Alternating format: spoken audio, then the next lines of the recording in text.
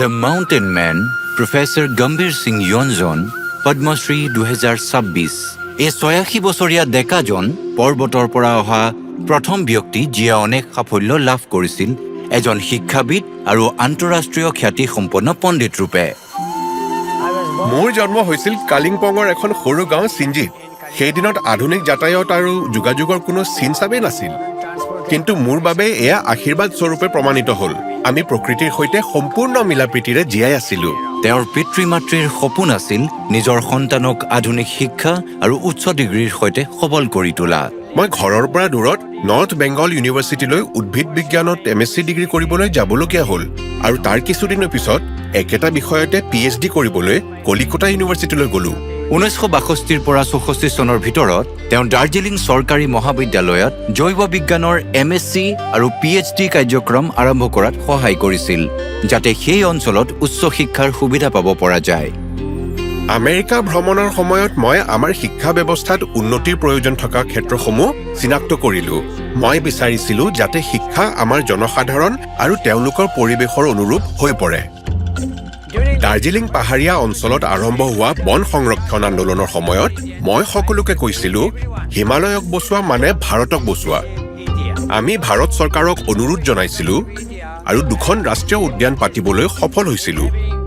এখন হ'ল সিংগালীলা ৰাষ্ট্ৰীয় উদ্যান আৰু আনখন নিউৰা ভেলী ৰাষ্ট্ৰীয় উদ্যান যাক পূব হিমালয়ত জৈৱমণ্ডল সংৰক্ষিত অঞ্চল হিচাপে ঘোষণা কৰা হৈছে 1985 চনত তেওঁৰ পিতৃয়ে কালিম্পঙৰ চাংগেপুঙত সেই গাঁৱৰ প্ৰথমখন প্ৰাথমিক বিদ্যালয় স্থাপনৰ বাবে মাটি দান কৰিছিল এইখনক 2014 চনত উচ্চতৰ মাধ্যমিক বিদ্যালয়লৈ উন্নত কৰি তেওঁৰ মাতৃৰ নামেৰে চন্দ্ৰমায়া নামাকৰণ কৰা হয় আজি এটা দুখ লগা কথা এই যে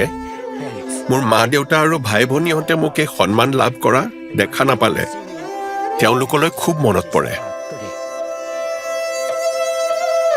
কিতাপে মোক খুব অনুপ্ৰাণিত কৰে তাৰ পৰা মই নতুন চিন্তাধাৰা নতুন জ্ঞান আৰু তথ্য পাতি লাভ কৰোঁ মই মোৰ পত্নী আৰু পৰিয়ালৰ লোকসকলৰ পৰাও বহুত প্ৰেৰণা পাওঁ কালিম্পঙত তেওঁৰ টিম্বাৰ ইকনমিক্স মডেলে বহনক্ষম আৰু কম ৰক্ষণাবেক্ষণৰ পৰিৱেশ অনুকূল জীৱিকাৰ সুযোগ সৃষ্টি কৰিছিল এই আইডিয়াক আন্তঃগাঁথনিলৈ পৰিণত কৰি তেওঁ 1981 চনত বিজ্ঞান ভিত্তিক শিক্ষণৰ প্ৰসাৰৰ বাবে হিমালয়ান চাইণ্টিফিক ইনষ্টিটিউট স্থাপন কৰিছিল এতিয়া আপুনি যিমান গছ-গছনি আদিৰ সৈতে এই বাতাবৰণটো দেখা পাইছে এয়া এক প্ৰকাৰে ক'বলৈ গ'লে প্ৰফেচৰ গম্ভীৰ সিং য়োনজনৰে অৱদান প্ৰফেচৰ য়োনজনে 12টা বজালৈকে পঢ়িছিল তাৰপিছত 3 ঘণ্টা জিৰণি লৈছিল তাৰপিছত 3 ঘণ্টা ধৰি যাত্ৰা কৰি কালিম্পঙলৈ গৈ কালিম্পং সুমিত পঢ়িছিল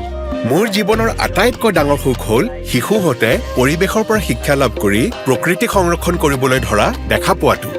মই তেওঁলোকক মাত্ৰ ইয়াকে ক'ব বিচাৰো যে তোমালোকৰ লগত কোনো নাথাকিলেও আগবাঢ়ি যাবা আৰু অকলেই আগবাঢ়ি যাবা একলা চলৰে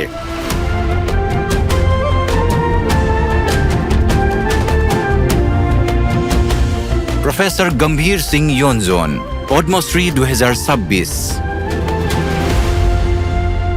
कोटि कोटि नमस्कार